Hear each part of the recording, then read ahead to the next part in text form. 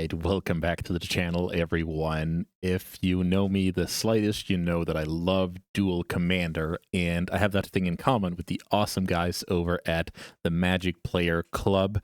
It's a Danish initiative with lots of passionate guys who love Duel Commander. This video is sponsored by those guys, so thanks a lot for that. I'm going to be talking about the forthcoming Danish nationals, open to everybody, obviously. I'm going to be talking about the metagame in Duel Commander. I'm going to be highlighting a bunch of decks, and then I'm going to give my prediction to, who's going to take it down, or which deck, rather, because, you know, every dog has its day, right? So let's first talk about this sweet trophy. So just imagine this, like, you prepare for a tournament, you go there, you have awesome matches, and at the end of the day, you're the one to lift the trophy. That's incredible. So nice inscription here. First place, Danish Nationals 2025. I will link the Facebook event with all the necessary info in the pinned comment. It's going to be hosted in the biggest Danish store, Faro Cigars, legendary place that has been, you know, raised the upcomings of a lot of talent, a lot of legends during the years. So I'm very happy to see that used as a venue for this incredible tournament. This is also going to be a Unity.gg event. That means you can collect points, so you can maybe qualify for the European Championship. I've done a little bit of commentary for those guys, and I really enjoy their vision. Again, this is not a video sponsored by Unity, but I can't say enough good things about it and the initiative. It's kind of bolstering the local scenes with this point system and counting towards a huge European championship. So also another cool initiative. Let's have a little look at some recent changes in Duel Commander. So let's focus on these banned and restricted card changes. So Blood Moon is now banned, which basically means that Blood Moon was earlier a kind of policeman card to make sure that some, you know, red-based decks had an edge against, you know, multicolor midrange. That is no longer the case. So with Wasteland banned, with Blood Moon banned, there's fewer and fewer punishments for playing multicolor in Duel Commander. You know, Magus of the Moon is legal, Harbinger of the Seas is legal, the Winter Moon is legal. But yeah, you know, Blood Moon being banned is a big thing. It used to be a big thing out of the Flage decks, you know, Enlightened Tutor for Blood Moon shut down some multicolor opponent, but not anymore. Dark Ritual and Underworld Breach are also banned, so this is a big nerf to combo as a whole. We saw a lot of like Storm variants, Underworld Breach variants, and I guess they just don't want that around. They generally want people to play the game. This is also the philosophy behind, you know, cards like Ragavan being banned, cards like Tamiyo being banned as a commander, you know, these snowbally cards that generally shorten the game instead of stuff that basically prolongs the game. So this is like a philosophy. Another philosophy change here is Force of Will getting banned. And yeah, Force of Will, you know, can stop broken things, but it's also a card that just lets you win on tempo. Let's imagine you play your Aragorn, you know, the opponent plays their commander, you Force of Will their commander, you easily snowball the game from there, right? So we are nerfing stuff that punishes mana bases, we're nerfing combo, and we're nerfing basically just blue good stuff playing, you know, too efficiently when it comes to tempo. Because a big part of Duel Commander is, you know, the free interactive spells like Subtlety, Solitude, Fury, Pyrokinesis, Force of Will, Force Negation, all of that jazz, right? We've talked about that before, alongside the Force Spike effects. Mana Tithe, Force Spike, Daze, those kind of things are pillars of the format, or, you know, benchmark. And Force of Will, in a way, you could argue that Force of Will and Blood Moon are stifling creativity, right? So, you know, that's just the direction of the format. That's what we have to deal with. Let's take a brief look on the current metagame from MTG Goldfish here. We have this awesome white weenie equipment toolbox deck sitting on the top of the metagame with plus 20% metagame share. Another new printing here with a sweet, I guess, aggro combo, kind of like an Infect style deck in Tifa Lockhart. And then my old trusty Aragorn here rounds out the top three, but maybe we should just get to some actual deck lists, and it's going to be easier for me to talk about the different, you know, the different categories of decks that are viable in Duel Commander, because I think inevitably the direction and the philosophy, the vision for this format is that whether you want combo, you can play it. If you want straight up aggro, you can play it. If you want mid-rangey stuff, you can play it. If you want combo decks, toolboxy stuff, you can play it, right? So let's see if they succeed with that. I have highlighted some decks here. So let's see what we are going to start out with. We're going to start out with the Cloud deck. So let's just give this card a read here. 2 white, 2/1. When it enters, search for an equipment, put it into your hand. Then when Cloud is equipped, if an ability of Cloud or an equipment attached to it triggers, that ability triggers an additional time. So what does it actually mean? So the biggest one for me is if you tutor Skull Clamp, you kill Cloud with Skull Clamp, you're going to be drawing 2 cards twice. That means 4 cards, right? So I would argue Skull Clamp is probably the best card currently legal in Duel Commander. Feel free to chime in if you have a better one. That is just an absurd level of card advantage and consistency, because remember, this is your commander. You have access to this card every game. You can play turn 2 every game. I mean, unless you draw some weird lands. So that interaction is huge. If you have a GT, you get 4 counters on it.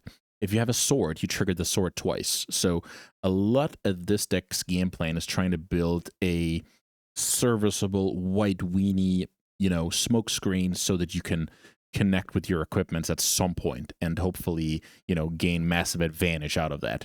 We have a little bit of protection here with Voice of Victory, with Grand Abolisher. We have some I guess we can call this a format, very specific card, like the White Force of Will, to protect your creatures.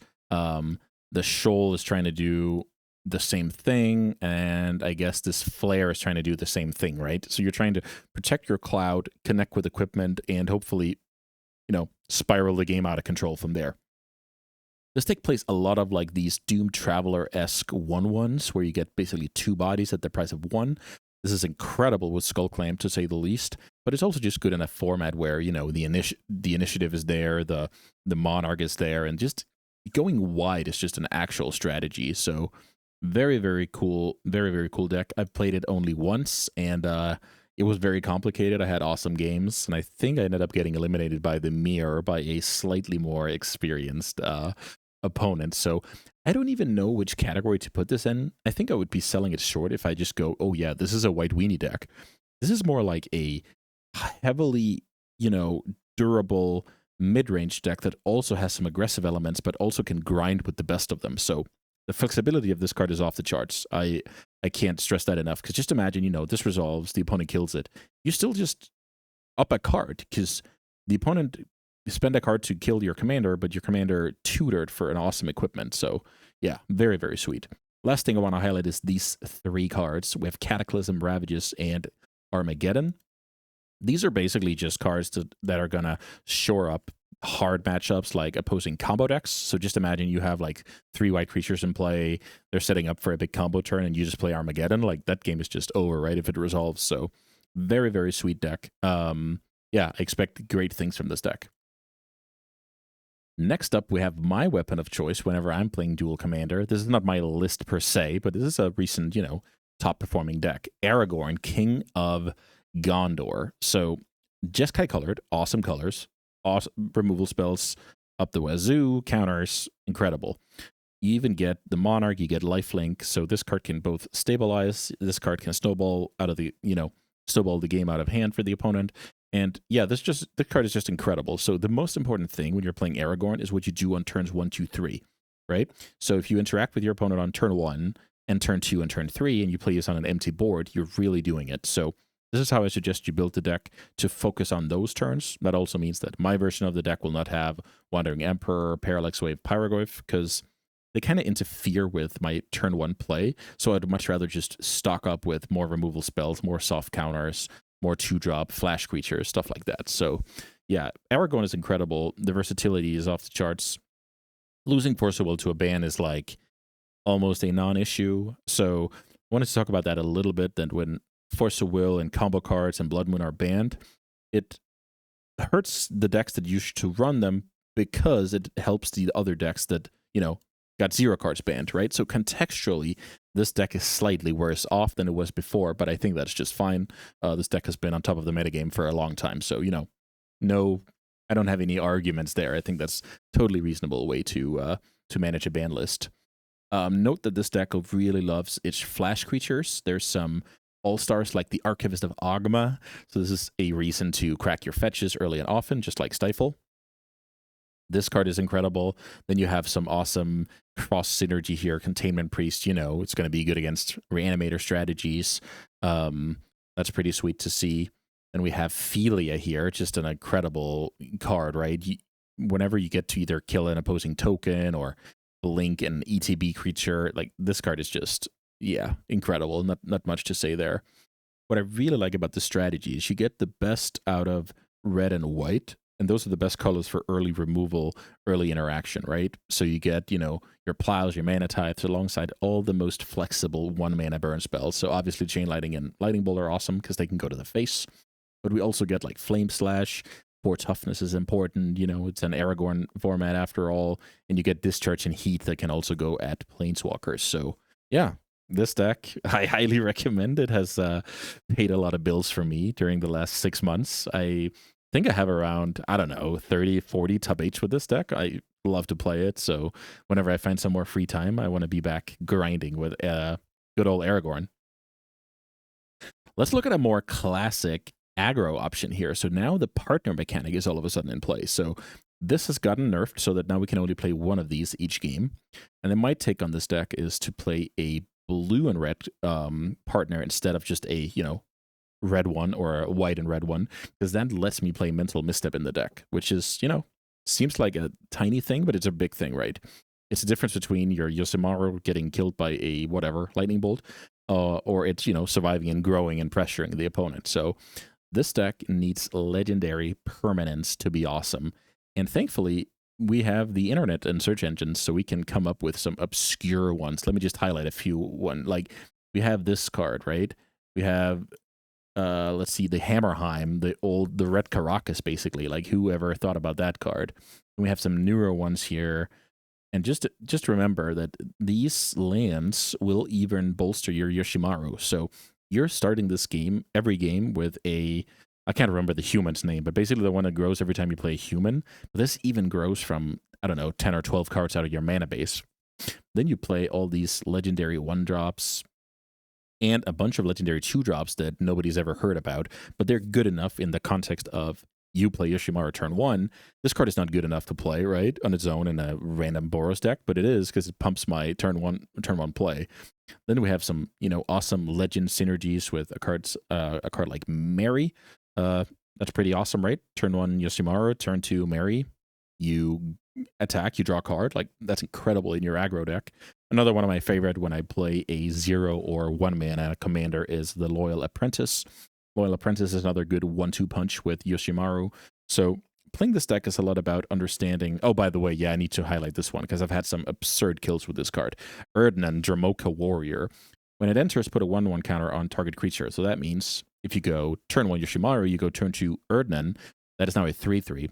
And then it says, whenever you attack, target attacking creature with a 1/1 counter on it gains first strike until end of turn, and it has 2 or more against double strike. So this is turn 2 attack for 6, I believe. And if you had a legendary land even, it's attacking for 8 on turn 2. Like, that is going to put the opponent away quickly. So again, dual commander, I've talked about this before in previous videos. It's a lot about balancing synergy with your commander and standalone strength, right? If you expect to have your commander and play at all times, you're probably going to be disappointed. So my general advice is to balance that a bit and focus more on individual card quality when things are not going your way. I think that's pretty reasonable, you know, rule of thumb to have if you're, you know, not a dual commander expert, but you're interested in the format, right? So that was like the pure aggro option. So now we've had white weenie, toolbox, mid-range, whatever you want to call it, classic mid-range, but could even play, you know, the tempo role, could even play the control role, very flexible deck. And now we just had basically pure aggro. So let's try and see what's up next. Okay, this is Lear, Disciple of the Drowned. So 5 mana spells can be countered, and each instant sorcery card in your graveyard has flashback. The flashback cost is equal to the card's mana cost. So once this is in play, no stuff out of your graveyard can get countered, but you can just play it all. So this is a High Tide combo deck. High Tide is the key card. That's why we play stuff like, let's see if I can find them here. Dizzy Spell. We're trying to transmute into that card. We play, of course, Merchant Scroll, because that card is incredible. We play Long-Term Plan, search your library for a card, but it's third from the top. Like, we're even interested in just having our High Tide near the top of the deck. Spellseeker is awesome. I believe Solve the Equation is just an expensive merchant scroll. Yep. You can also find a sorcery, obviously. So we have a lot of consistency with cantrips, with tutors, but this is all about High Tide. Once we resolve High Tide, the world is our oyster. We also have, by the way, Extraplanar Lens. It's kind of a poor man's High Tide. And then we have some sweet untappers, rewind the opponent's stuff, or even your own stuff. Turnabout, Candelabra. There's a snap in here.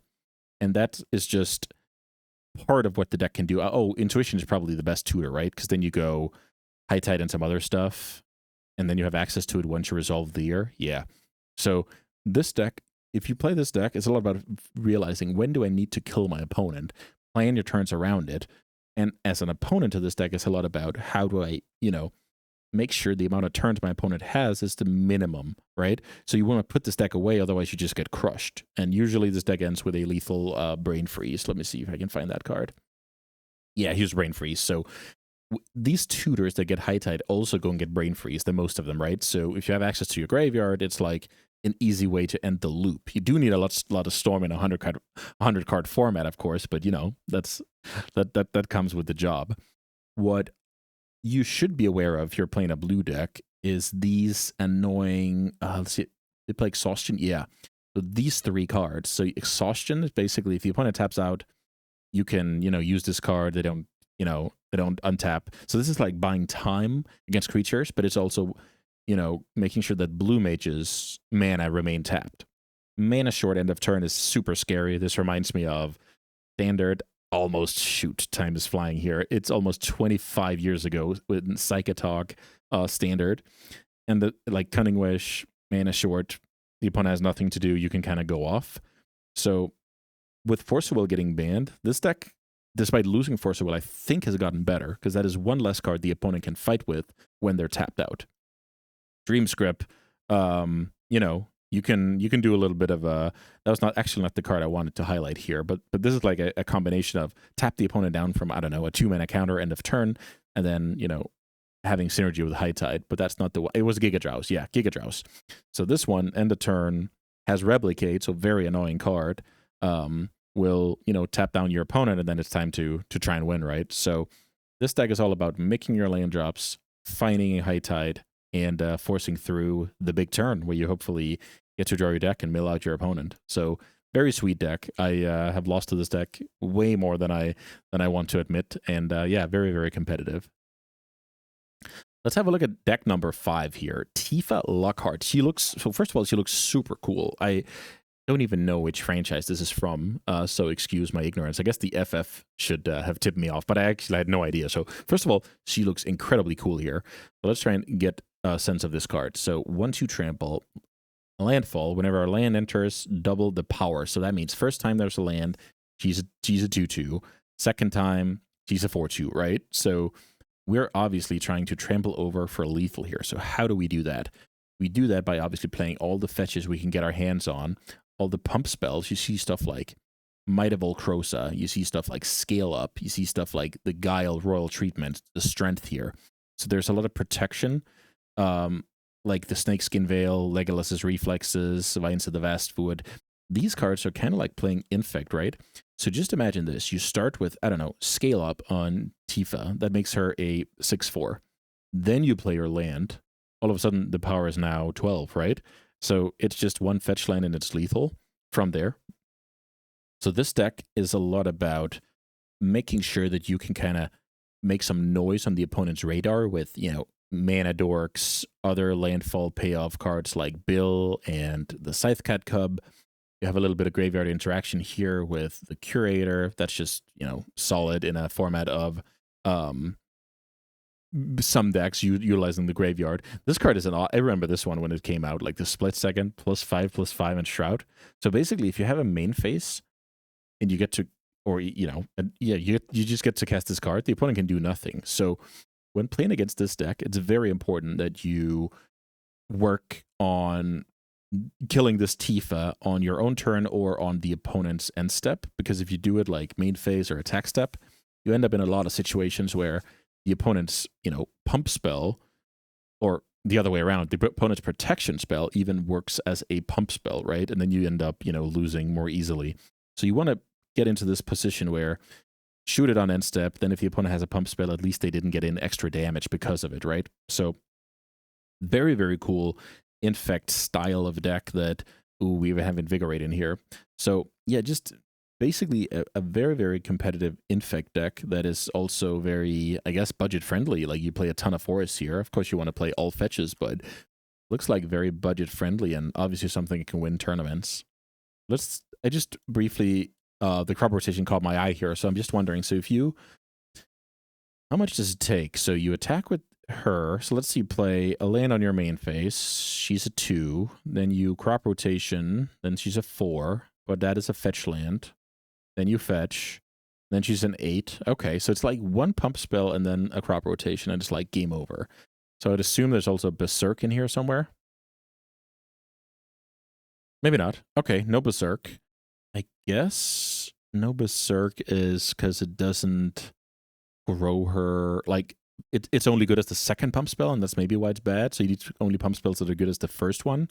Okay, I guess that's the logic. Okay, yeah, I mean, this deck is super, super sweet. I play against it a handful of times. I've been pretty lucky to have a good record against it, but I really think it's very, very dangerous, because if you just go like, I don't know, some mana rock or not impact the board, you can just die turn 3, which is super dangerous. Also, openings with turn 1 creature, turn 2 Tifa holding up some kind of protection like reflexes, flit snake skin, or whatever. I think those are like the quote-unquote nut draws for this deck. So yeah, it's a race. Let's say you play against a combo deck. I would probably favor this deck, like to race a combo deck. It seems very, very possible. So yeah, sweet option if you do enjoy your creature combo deck, like Infect or Hardened Scales or whatever the case may be from other formats. Let's have a look at the next deck here. This is Asusa. She's lost, but she's seeking, so that's good, right? So she didn't give up yet. She's still seeking, and yeah, beautiful artwork actually on this version. So this is a big mana deck, the classic big mana deck. And every format needs it, whether it's the Eldrazi's of the world or the Tron decks or whatever the case may be. So have a look at this. We get to play all these Eldrazi's, and we get to have a lot of inevitability with quote-unquote uncounterable stuff like, Ulamog or Emrakul or Ugin. And then we can even play symmetrical cards, but not really in the context of Dual Commander, like Sphere Resistance and Trinisphere, because we're ahead on mana. We play a 53 land deck, which is incredible, with a ton of ramp in it. So we are going to be having the mana advantage. That is, first of all, the reason we can even cast 7 and 6 drops to begin with, but it's also the reason we can play cards like Trinisphere and Sphere Resistance, because whether our cards cost 6 or 7 mana is not that important compared to the opponent's cards, which now cost 2 mana instead of 1 mana. So one is a 100% increase, and the other one is, a fraction of that. So that's just a pretty cool explanation why those cards work in this deck and not in other decks.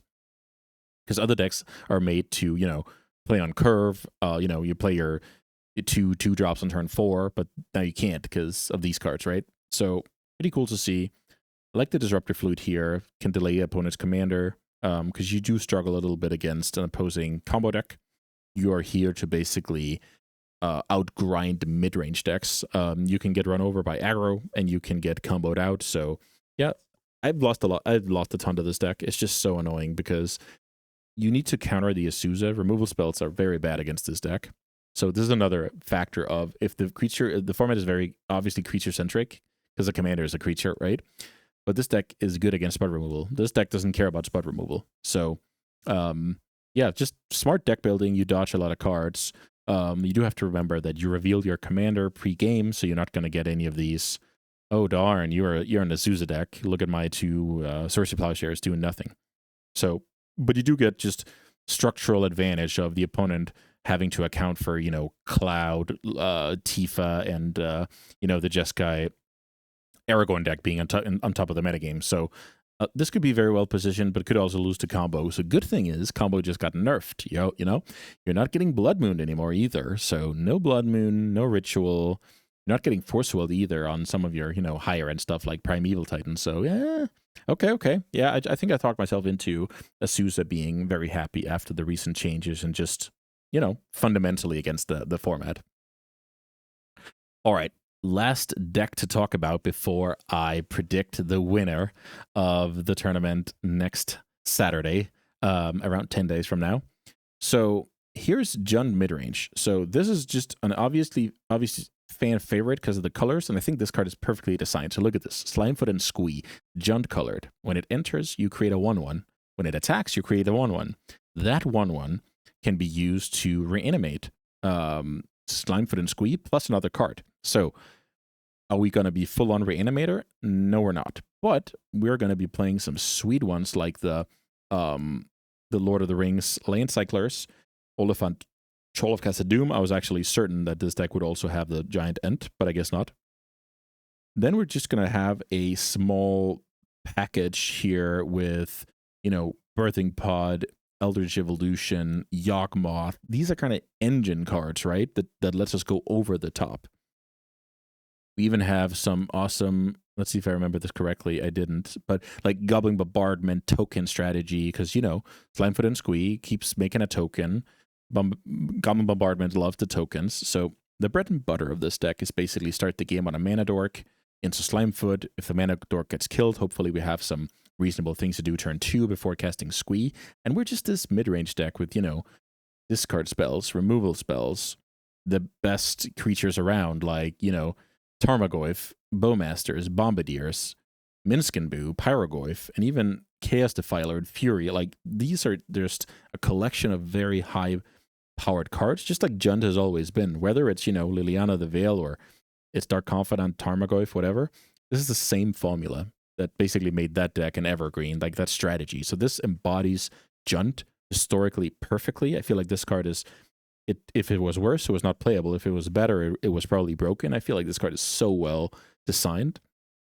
The cool thing about this card is when you kill it from the opponent's side of the table, you can choose to let this go to your graveyard, and then maybe, you can use the Saproling in play to reanimate. But there's sometimes a sub-game of you kill the opponent's Slimefoot and Squee, they put it into the graveyard, and then you kill the Saproling token afterwards, and that can sometimes blow out... the Jund player a little bit, because then they have to get creative with stuff like Phoenix to get Slimefoot back to the command zone, like Endurance to get it back to the command zone. And it just doesn't have that many, I guess Emperor of Bones and some tutors, Scavenging Ooze. Okay, I guess there are plenty. Also Curator. Okay. Deathrite Shaman. But yeah, it could be left in the graveyard, and that could be annoying for the Jund player. So this is something to look out for if you're playing against Slimefoot and Squee at Danish Nationals. So... yeah, mid-range, if mid-range is your jam and you don't want to crush any deck and you don't want to get crushed by any decks and just play close games of Magic, this has my recommendations for sure. So now I kind of went through the awesome trophy. I will link the info about the event in my pinned comment. I've ran through the metagame. I've gone through the decks of each different category. There's just one more thing left now. One more thing, and that is to predict the winner. And I will do that now. So I'm going to be clicking on this first deck. I think Cloud Midgar Mercenary is the current best deck in Duel Commander, and I think it's going to take down the 2025 Nationals. So this deck just has the perfect mix of being aggressive, asking tough questions to your opponent, but not falling flat to a couple of removal spells either. Like, it just has this perfect... it's very hard to find its weak spot. And I think the combo decks getting nerfed in the format was basically what this deck needed to cement itself on top of the format. Because if two of your best tools, Dark Ritual, Underworld Breach, are banned from the format, that's going to disincentivize you to play that deck. But if you're still going to play that deck, you're going to be playing with a, lesser version of that deck, basically what it used to be. And I think Cloud is in a perfect position to pounce on the other decks getting nerfed and just how strong this deck is in a vacuum. So you can build it in numerous ways. I thought about recently that if combos on your radar, you can play like a Thalia in your main deck and swap, Thalia for Cloud in that matchup. I'm not sure if that's viable, but you can do some cool things in Duel Commander. Like, whenever I see a list, I oftentimes, innovate like 8 cards, 10 cards to my personal preference or whatever I think is the most important thing in the format. So I think there's an underrated aspect of the format, the seamless, infinite creativity that is possible. But yeah, this brings us to the end of the video. I once again want to thank Magic Player. That group of guys are just so passionate about what they're doing. So if you're in the area, I highly suggest you go and check out this tournament. As I said, all details will be below. And yeah, thanks so much for sponsoring these 3 videos. I've had a ton of fun talking about Duel Commander in these 3 videos. And yeah, let's do it next year if you're up for it. So yeah, with that said, I'm just going to thank you all for watching. Thanks so much for supporting my content in general. It's been quite a fun journey for me. And yeah, give Duel Commander a try if you haven't already. And if you do, then you certainly know what I'm talking about when I'm saying it's one of my absolute favorite formats in Magic. So yeah, thanks so much for watching, guys. And have fun playing your 100 card competitive format. Thanks for watching.